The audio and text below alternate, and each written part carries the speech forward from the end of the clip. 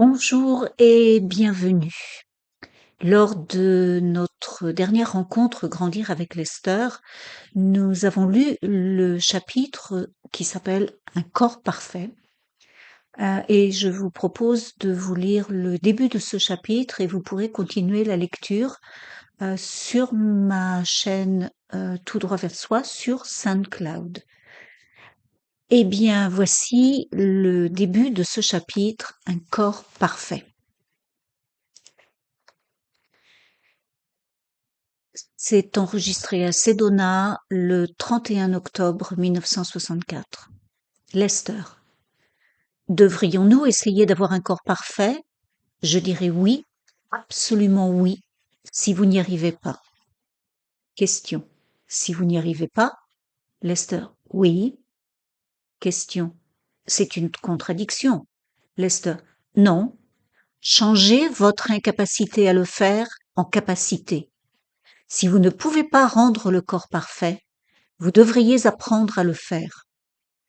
Mais une fois que nous sommes capables de la faire, alors il est préférable de laisser le corps comme il est, qu'il soit en bonne santé ou malade, et de ne pas en être affecté. Lorsqu'on a suffisamment de compréhension, quoi qu'il arrive au corps, cela ne change rien pour lui. Je vous ai donné une approche globale. Je vais maintenant entrer dans les détails. Si nous voulons un corps parfait, et que nous n'avons pas un corps parfait, cela veut dire que nous n'avons pas la conviction que nous pouvons rendre le corps parfait. Cela veut dire que nous gardons la conscience d'un corps imparfait dans notre subconscient. Le corps est la copie exacte de notre mental, car il est seulement notre conscience qui se projette à l'extérieur. Nous devons changer notre pensée subconsciente jusqu'à ce que nous ayons la conviction au niveau subconscient que notre corps est parfait. Et cela nous y amènera. Est-ce qu'il est nécessaire d'avoir un corps parfait? Non, ça ne l'est pas. En revanche, il est nécessaire d'avoir une compréhension parfaite.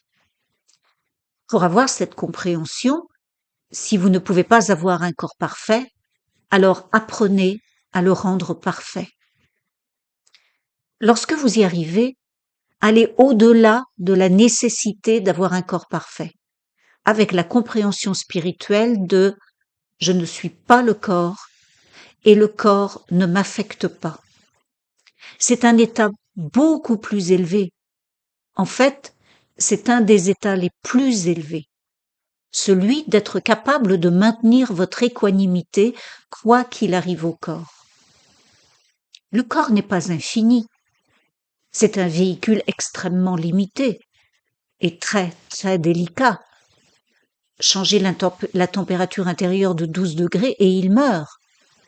Donnez-lui une minuscule quantité de produits chimiques, de poison, et il meurt. Enlevez-lui l'oxygène et il meurt. Alors, ce corps est un véhicule extrêmement limité. C'est beaucoup mieux de ne pas être le corps physique, d'être ce que vous êtes réellement et de sortir de la peur de mourir, la peur primaire derrière toutes les autres peurs. La discipline d'avoir un corps imparfait et de ne pas en être dérangé est une discipline hautement spirituelle. Beaucoup de maîtres réalisés traversent la vie avec un corps malade et par là donnent l'exemple de ce qu'est vivre sans s'intéresser au corps, parce que le corps est une cage faite de limitations. Nous ne sommes pas dans le corps, mais le corps est en nous. Notre plus grande limitation est « je suis ce corps ». Non seulement le corps est une limitation, mais il y a des centaines d'autres limitations qui y sont associées. Alors, bien qu'au début, j'ai corrigé les imperfections de mon corps, à présent, je préfère ne pas corriger le corps, mais je fais en sorte qu'il n'exerce pas la moindre influence sur moi, quoi qu'il lui arrive. C'est quelque chose que j'ai commencé à faire il y a 3 ou 4 ans. Je peux vous dire ce qui se passe lorsque vous vous identifiez au corps.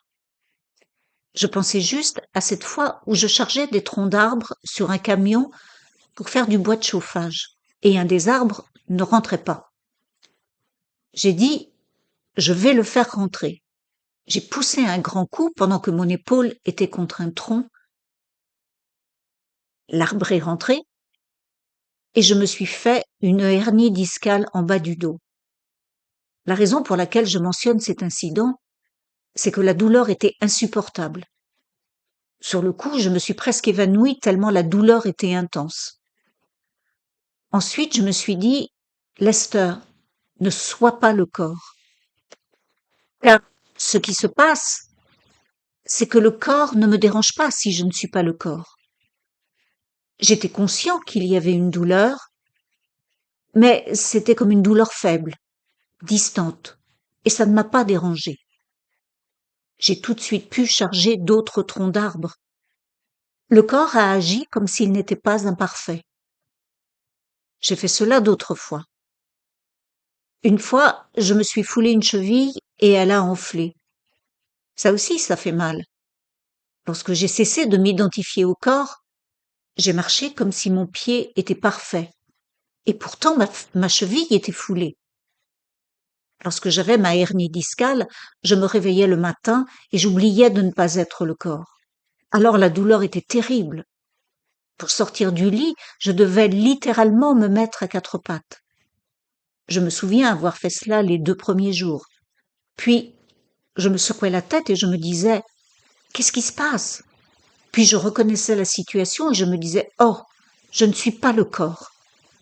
Et ensuite, je me mettais debout, je passais la journée comme si mon corps allait bien, et il pouvait tout faire. Il y avait une douleur faible et distante, je savais qu'elle était là, mais elle ne me gênait pas. Ce type de discipline est excellente si on peut le faire. Ne soyez pas le corps. Est-ce que vous avez des questions? Questions. Est-ce que ce ne serait pas plus simple de dire le corps est parfait et d'avoir un corps parfait? Après tout, tu contrôles ton corps. Pourquoi avoir une douleur ou être gêné quand tu sors du lit? Lester. Lorsque je suis sortie du lit, je me suis identifiée au corps. C'est pour cela que c'était douloureux. Dès que j'arrêtais de m'identifier, tout allait bien. Je me levais et le corps faisait tout ce que je voulais.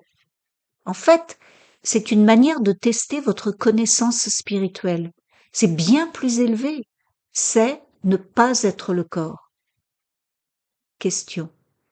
Comment est-ce que le corps peut être imparfait alors qu'avant, tu as dit que le corps est le reflet de ton mode de pensée? Et si tu sais qu'il y a seulement la perfection, comment peux-tu avoir un corps imparfait? Lester. Au début, je me suis identifiée au corps. Et ensuite, après quelques minutes, j'ai arrêté de m'identifier au corps. Un corps parfait n'est pas l'état le plus élevé. Tu veux que je redescende d'un niveau ou tu veux que je reste où je suis? Question. C'est bon, continue, reste au niveau où tu es. Lester. Un corps parfait n'est pas l'état le plus élevé. Un corps est une limitation, même quand il est parfait. C'est un corps parfait. C'est toujours un corps, mais parfait. Un état plus élevé est de ne pas être le corps. C'est d'être le tout. Ah, tu acquiesces de la tête maintenant. Est-ce que j'ai répondu à ta question? Question. Je commence à voir où tu veux en venir.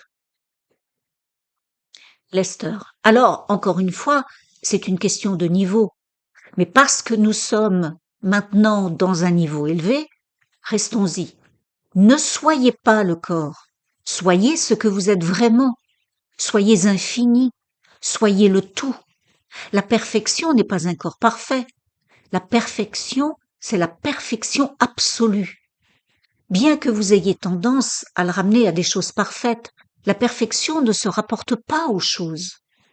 Aucune chose n'est parfaite.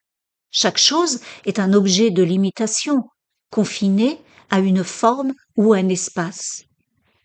Alors, l'état le plus élevé, l'absolu, est un état sans chose. C'est juste notre être-té ou notre pure conscience, la conscience pure. C'est ne pas être un corps ou un objet, c'est juste être. Pour résumer, bien sûr que nous devrions avoir des corps parfaits. Si nous avons un corps qui attire notre attention tout le temps, c'est difficile de chercher la vérité. Alors, libérez-vous des demandes du corps. Rendez le corps aussi parfait que vous le pouvez. Cependant, c'est un état plus élevé quand le corps ne nous affecte pas, parce que nous ne nous identifions pas au corps. Est-ce que c'est clair maintenant ces deux aspects du corps? C'est très bien d'avoir un corps parfait. C'est tellement mieux de ne pas être le corps.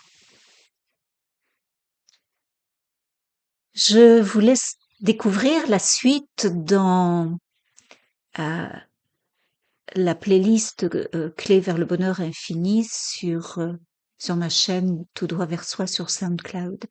Et je vous retrouve bientôt pour plus de compréhension, plus d'apprentissage et plus d'enseignement. Je vous souhaite une excellente journée et je vous dis à bientôt. Au revoir.